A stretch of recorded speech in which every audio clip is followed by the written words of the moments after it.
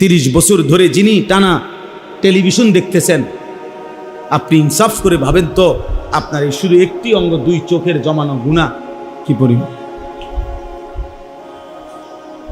6 মাস ধরে 6 বছর ধরে যে ছেলেটা প্রতিদিন রাতভর নারীর ছবি, অশ্লীল দৃশ্য, উলঙ্গ নাচ গান, অসভ্যতা দেখছে, তার মা কোথায়, তার বাবা কোথায়, তার পরিবার কোথায়, তারে ফিরাবে কে, তারে বাঁচাবে কে, তারে জাহান্নাম থেকে ফিরাবে কে? বলে বাবা হয়তো বাজারে তার ঘাম বেয়ে বেয়ে পড়তেছে, একটা একটা টাকা কতবার এরকম গামছা দিয়া হয়তো বাফে কতবার ঘাম মুচ্ছা এরপরে টাকাগুলো গুনছে। আমি সেদিন দেখছি ভাই, সিমেন্ট নামাইতেছে বস্তা, একটা লোক ট্রাকে, আমি তাকায় রয়েছি তার দিকে। বিশ্বাস করেন আব্দুল কাদের ভাই, তার সারাটা শরীর ঘামে ভিজা, মনে যেন সে পানির মধ্যে একের সোজা এরকম ভিজে গেছে, চেহারাটা ঘামে। একটা একটা বস্তা সিমেন্ট এই ট্রাকটার থেকে নামাইয়া যে গোডাউনে রাখতেছে, কি পরিমাণ ঘাম ঝরতেছে লোকটা। তাহলে একটা বস্তা নামাইয়া গোডাউনে রাখলে হয়তো সর্বোচ্চ 10 টাকা ধরে নিলাম, এর বেশি না। তাইলে 50টা বস্তা যদি লোকটা নামায় তাহলে 500 টাকা। কিন্তু 500টা টাকা কামাই করতে গিয়া 50 বস্তা সিমেন্টের জন্য তাকে 50 বার কোমরটা বাঁকা, নইলে বস্তাটা নিব কেমন? 50 বার তার কোমরটা বাঁকা হয়ে গেছে 10টা টাকার জন্য, প্রতি 10টা টাকার জন্য। এই ঘামে ভেজা 500টা টাকা নিয়ে যখন সে ঘরে আইসা দিল, এমন রক্ত ভেজা ঘামে ভেজা টাকা দিয়া জমানো তার বাবার সেই টাকা, সন্তান নামের ওই জানোয়ার ওই টাকা দিয়া সারা রাত মোবাইলে উলঙ্গ ছবি।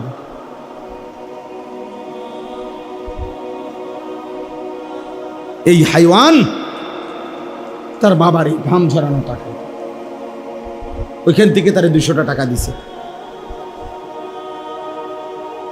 ওইখান থেকে তারে 300টা টাকা দিছে। আর ও সারা রাত অশ্লীল ছবি দেখে দেখে বাবার এই ঘামে ঝরা টাকা শেষ করে। স্বামীর জমানো টাকা, কষ্টের টাকা, স্ত্রী রূপ যৌবন দেখায় বাজারে বাজারে, বাজারে বাজারে। এজন্য আল্লাহ তাআলা বলছেন আখলাকের দ্বারা। হযরতে বেলাল তো মদিনার মধ্যে গরিবই ছিলেন, মদিনার অধিবাসী ছিলেন না, চেহারায় তো কালো ছিলেন, হাবশি গোলাম ছিলেন। কিন্তু আল্লাহ তাআলা বলছেন বেলালের মধ্যে যেহেতু তাকওয়া বেশি, তোমাদের পুরা কুরাইশের সকলের চাইতে বেলাল দামি বেশি।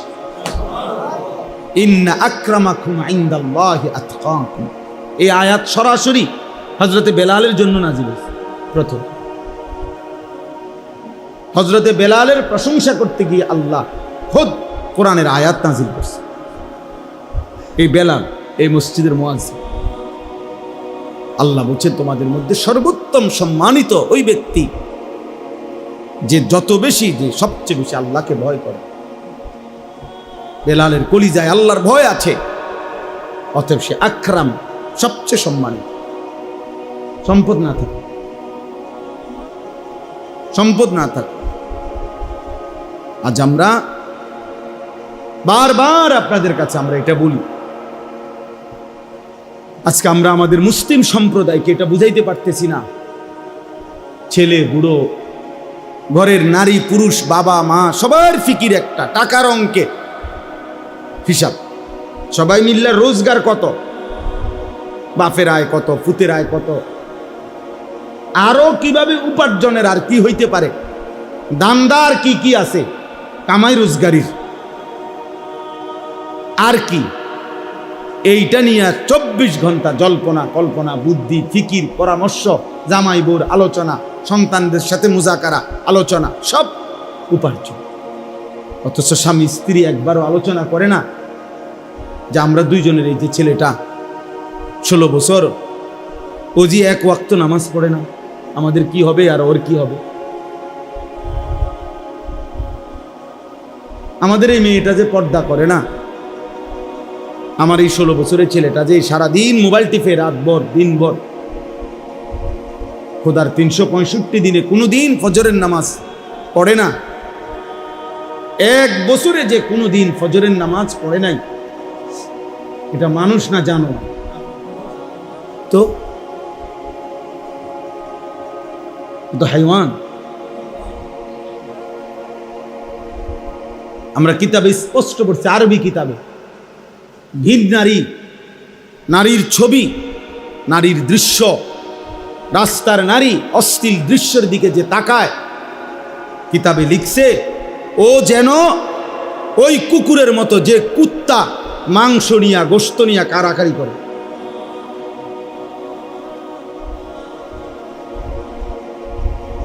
ও সেই কুকুর। এবার বুড়া হোক আর জোয়ান হোক, আমি হই আর আপনি হই, নারীর প্রতি যে লোভের দৃষ্টিতে তাকায়, আমি হইলে আমি কুকুর, আপনি হইলে আপনি। আমার জন্য আপনার জন্য একই সবক, একই কথা। এর জন্য আখলাক শেখানো দরকার। নিজেরা যদি সন্তানদের দিকে নজর না দেন,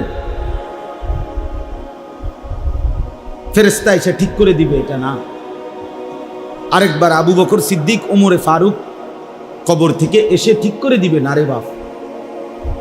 এই গুনার মতো সমাজ, চারিদিকে এই নাফরমানির সমাজের মধ্যেই আমার সন্তানের দিকে আমি নজর রাখতে হবে, আমাকে চেষ্টা করে যাইতে হবে। ফাকাতিল ফি সাবিলিল্লাহ, নবীজিকে আল্লাহ বলছে, বন্ধু আপনার সাথে যদি কেউ যুদ্ধ না করে, আপনি একাই যুদ্ধ করেন।